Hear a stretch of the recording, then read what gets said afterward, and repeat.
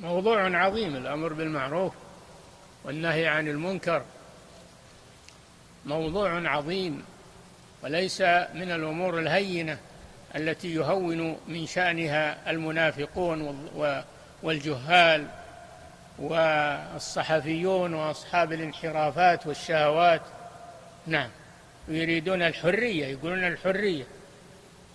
أنت عبد يا أخي، ما أنت بحر، أنت عبد لله، ما أنت بحر.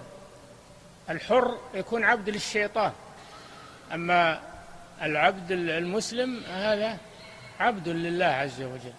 وعبودية الله هي الحرية الصحيحة.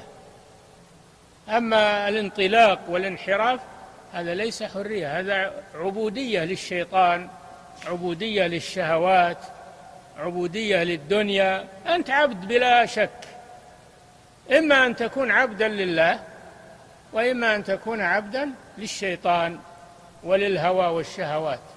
ما أنت بحر يا أخي، منين الحرية؟